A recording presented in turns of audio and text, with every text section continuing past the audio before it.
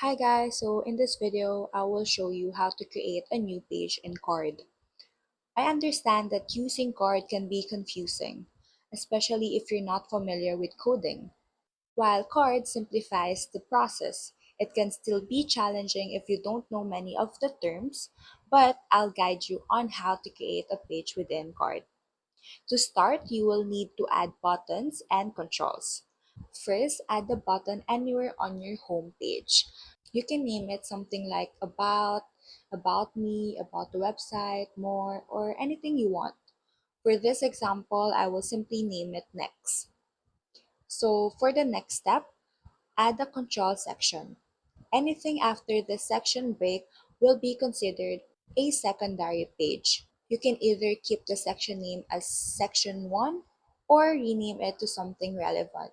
So set the URL of the button to match the section name. For example, hashtag section 01.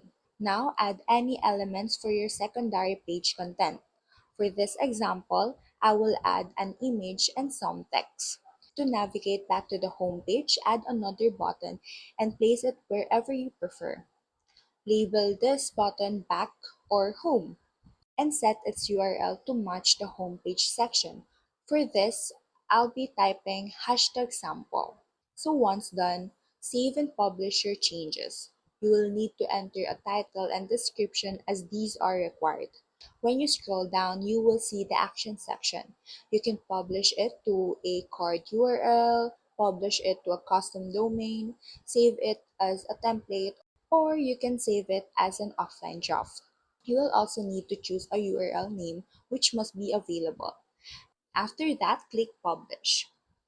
So when you view the site, you will see the home page with a button labeled Next. Clicking this button will take you to the secondary page with your content, and clicking back will take you to the home page.